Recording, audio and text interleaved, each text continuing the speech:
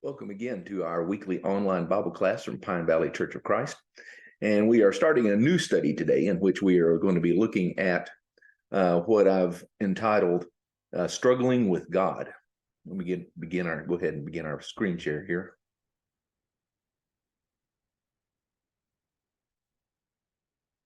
And so it is something we all do. We struggle with God. We struggle with continuing faithfully in the ways in which He wants us to live. We struggle with the things of this world and why do they happen to us, and where is God when we're suffering and struggling. And there are a lot of lessons that we can learn from the history of Israel, remembering that the name Israel itself means struggles with God. And that's the story we're going to begin with as we are looking at this history, as we look at the life of Jacob, the one who ends up having his name changed to Israel. It's a fascinating story, and it begins with his birth along with his twin brother in Genesis chapter 25. And for the next 25 chapters of the book of Genesis, Jacob and or his family, especially Joseph, are the focus of the last half of the book of Genesis. And it plays a very important role in establishing who they are as a people. And so when we begin looking at the story of Jacob and all the things that are going on in his life, from birth, he is at odds with his place in the world. Esau is born first, but as he is born, Jacob is holding his heel. It's like he's grasping on to him, saying, no, you shouldn't be first, I should be. And he sort of carries that attitude with him throughout the rest of his life. And that is the reason he is given the name Jacob, which means grasp the heel, or euphemistically, that he deceives. He is trying to seek advantage from the life and from the world and from those around him. And it plays out in a lot of different ways early on in the story. Because his brother, who is an outdoorsman and a hunter, comes in famished and tired one day. Jacob is one who likes to stay among the tents. He's a mama's boy. He's cooking some stew, and Esau demands some from him, and Jacob takes the opportunity to get Esau to sell him his birthright. In their day and time, birthright had to do with inheritance. The oldest, the one who had the birthright, got the double portion. And it didn't have to always be the oldest. And we see later in the story that it is Joseph that gets a double portion within the nation of Israel, that it is two of his children become tribes and land rights in Israel later on. But it's something that is not determined by the individuals. It should be determined by the father. He also, with the help of his mother, gets his brother's blessing.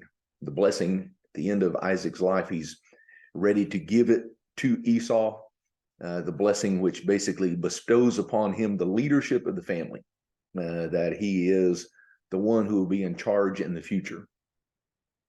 And his mother hears about the plan. She goes to him. They come up with the plan to dress him up like Esau, to cook the food like Esau would do for his father.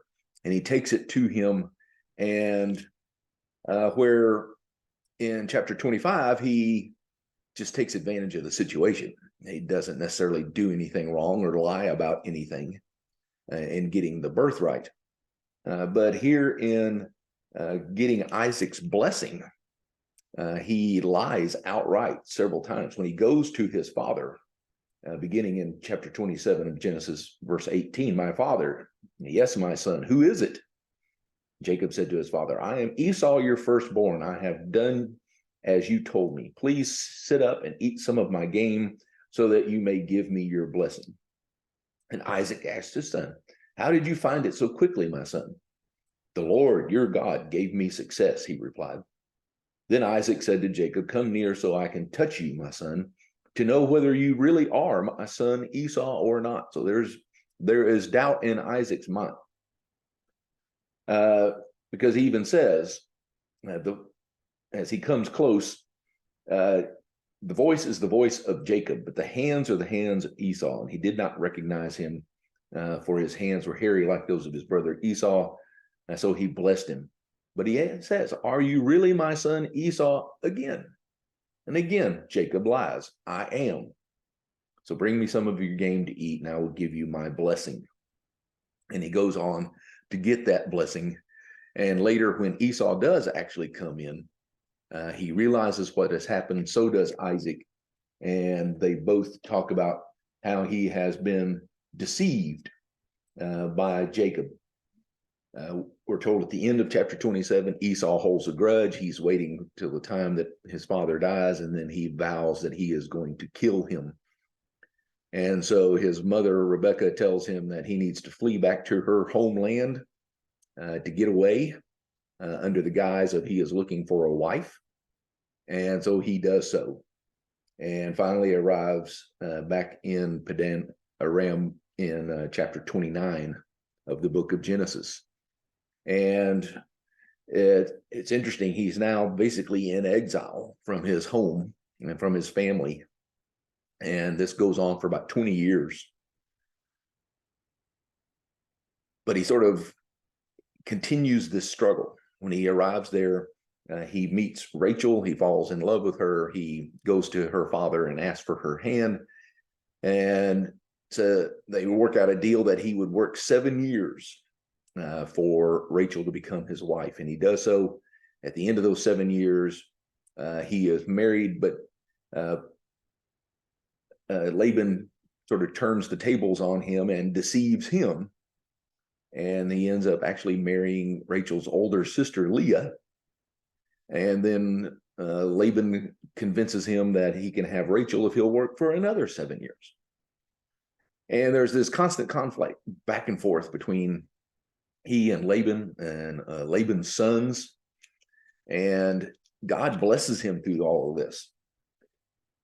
Because on the way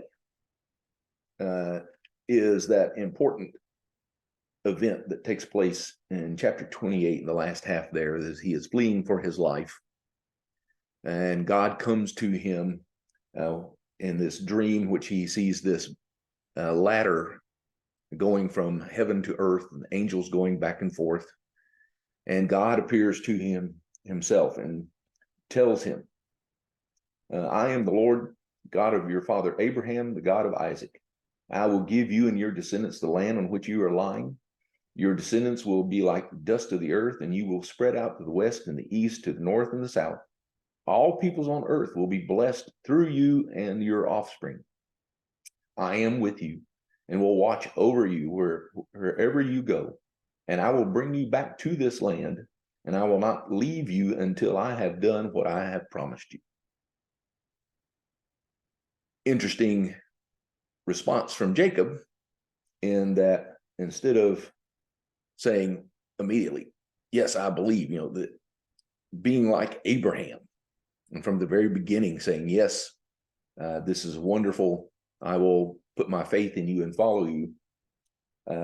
Jacob makes this vow in verse 20. If God will be with me and will watch over me on this journey I am taking, and will give me food to eat and clothes to wear, so that I return safely to my father's house, then the Lord will be my God. And this stone that I have set up as a pillar will be in God's house, and all of that you give me, I will give you a tenth. It's about the if. And so the next 20 years are in this exile, in this struggle to exist in this family. Begins to create his own flocks. There's some conflicts with surrounding tribes and the brothers. Finally, he is told by God, it's time to go home. And so he makes his way back toward the promised land, and he sends messengers ahead to inform his brother Esau that he is coming. And when they return, they say, we went for chapter 32, verse 6, went to your brother Esau, and now he is coming to meet you, and 400 men are with him. And all Jacob can think is that his brother is coming to kill him. And so he starts making preparations. He thinks that this is something he has to overcome rather than allowing God to continue to fulfill his promises, which he has done so far. He had taken him safely to the land. He blessed him while he was there, gave him a number of flocks and a family. But now, again, Jacob has this struggle. Who is he going to depend on? He again depends on his own cunning, dividing up the people and the families in two groups, thinking that can, if one is attacked, the other one can get away. Sends numerous gifts in front of him to Esau, trying to soften him up, and sends his family across the Jabbok River, which was a river that flowed into the Jordan. And so he is close to the promised land. He's almost home. And yet everything is still uncertain. And it is at that point when Jacob is alone, asleep at the night, just as he had been at Bethel on the beginning of this journey. We see in chapter 32, verse 22, that night Jacob got up, took two of his wives, his two maidservants, and 11 sons, and crossed the ford of the Jabbok. After he had sent them across the stream, he sent over all his possessions. So Jacob was left alone. And a man saw that he could wrestled with him till daybreak. And when the man saw that he could not overpower him, he touched the socket of Jacob's hip, so that his hip was wrenched as he wrestled with the man. Then the man said, "Let me go, for it is daybreak." But Jacob replied, "I will not let you go unless you bless me." The man asked him, "What is your name?" "Jacob," he answered. And then the man said, "Your name will no longer be Jacob, but Israel, because you have struggled with God and with men and have overcome." "Please tell me your name," Jacob said. But he replied, "Why do you ask my name?" And then he blessed him there. And he called the place Peniel, saying, "I have seen the face of God, and yet my life was spared." And the sun rose above him, and as he passed Peniel, he was limping because of his hip. Therefore, to this day, the Israelites do not eat the tendon attached to the socket of the hip, because the socket of Jacob's hip was touched near the tendon. God has told him to go home. He has promised that he will bring him back. He promised that he would keep him safe, but he still struggles with this. And as he begins going home, Laban and his sons pursue him from behind because he tries to sneak away rather than telling him what's going on. And as he approaches the promised land, he is being pursued from in front of him by Esau and 400 men, or at least that's how he sees it. And so he begins to make his own preparations, thinking this is all about his own cunning and what he needs to do, and depend on himself as he has so many times in the past. But then there is this surprise visit, an encounter with a man that he cannot overcome. And they wrestle and struggle until daybreak. And when the sun is about to come up, the man says, basically tells him, "You need to give up. You need to let him go." But he refuses to do so. Jacob sees now that this is a desperate situation, and his hip is taken and pressed and comes out of its socket. And now it is obvious that Jacob cannot win this battle, but he hangs on still. that's no longer holding on, trying to seek victory or to save his life. This is now hanging on to save his life. This is like a drowning person hanging on to someone who's adrift in the ocean, hanging on to a piece of wood to save their life.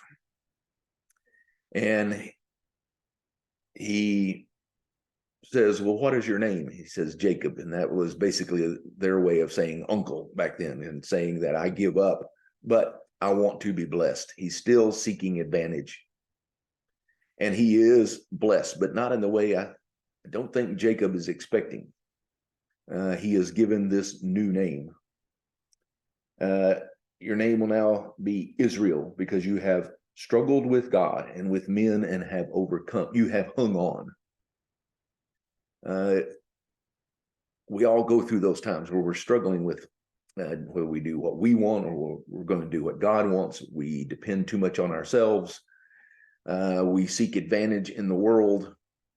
And it's only when we come to that point where we realize that we have to give up to God and truly give ourselves to Him that we can find a victory in this world. And so he has hung on for dear life, and he is given this gift. But part of that gift is also that he is limping for the rest of his life, as a reminder that he has been defeated. He has had to give up his life to God. And so it is then in chapter 35, we see him return to Bethel, where God had appeared to him. And God tells him, go up to Bethel and settle there and build an altar there to God, who appeared to you when you were fleeing from your brother Esau. And so he got us all his household together and told them, get rid of your foreign gods you have with you and purify yourselves and change your clothes. And then come, let us go up to Bethel, where I will build an altar to God, who answered me in the day of my distress and who has been with me wherever I have gone. He now realizes God truly was faithful, and he not only is going to go build an altar to God, but he wants to make sure that he and the family remove all the other reminders of any other gods that they have worshipped. They bury them under the oak tree in Shechem, and then they go on to Bethel and give themselves over to the worship of the one true God of Israel, who is Yahweh. Limping through life is something we need to learn to do. Reminders that tell us that we have given up ourselves to the will of God in our own lives. And Jacob is first the example in this story, but we also see it in Moses' life. Moses grows up in the luxury and education and training within the palace of Pharaoh. And we might think, well, that was great training for becoming the leader of the people of God during the Exodus. But it's actually only after he has to run for his life because he tried to be their savior on his own, that he spends 40 years in the desert taking care of sheep. And it is there that he learns what it truly is to give himself to God, and goes from being one who's very self-assured in Egypt to, as he stands before the burning bush and God gives him his new mission in life, he says, I can't do this. And God tells him, it's not about you, it's about me. Peter is another example. Simon, who is given his new name by Jesus, Peter, which means rock or rocky, we might say, or you're stubborn. He's always trying to make an impression on Jesus. He's always arguing with the others, who's the greatest. And yet he is taught by Jesus about the importance of the first being last and the last being first, about giving up yourself. But it's only after his in a moment of self-preservation, denying that he even knows Jesus 3 times, that he is broken and he is defeated. But it is Jesus who puts him back together. and allows him to reaffirm his love for him 3 times on the Sea of Galilee. And Peter becomes that great leader in the church, not because of his great assurance, his own personal abilities that he is better than anybody else, but that he has been broken now and he limps through life living by faith. Same goes for Saul, who becomes Paul. He is a great persecutor of the early church, and yet when he is confronted by the resurrected Jesus on the Damascus road, he is changed, he is defeated, and he proclaims himself as a slave of Jesus Christ for the rest of his life. But of course, we can picture Jesus in the garden begging that if there's any other way, that his Father would take this away from him, this horrible thing that is about to happen to him. And yet he says, your will be done.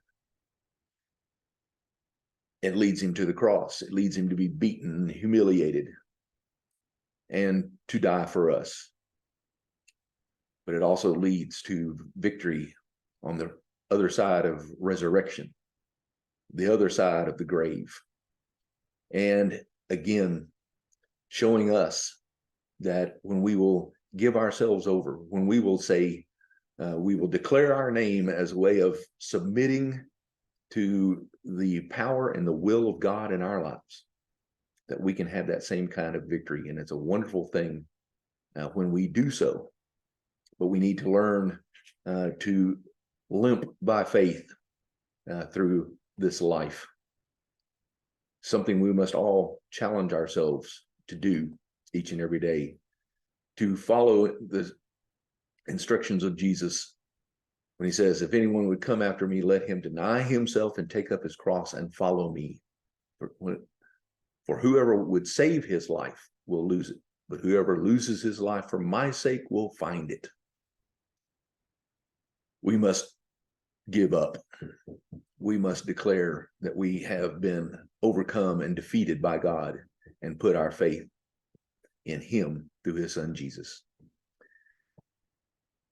Next week, we're going to be looking at the life of Joshua. As recently we've looked at the book of Exodus and also of Numbers. We've seen through there the great example that Moses is of this. So we're going to move on over to Joshua and look at his life. It's closely connected with the life of Caleb at the beginning and the ends that we'll see in the story. But one who remains faithful in the midst of so many different kinds of experiences in his 110 years of life. So that's where we'll be going next week and looking at him as well as others in the weeks to come. Hope that you will join us again for that study. And between now and then, I pray that God will keep you safe and healthy and bless you.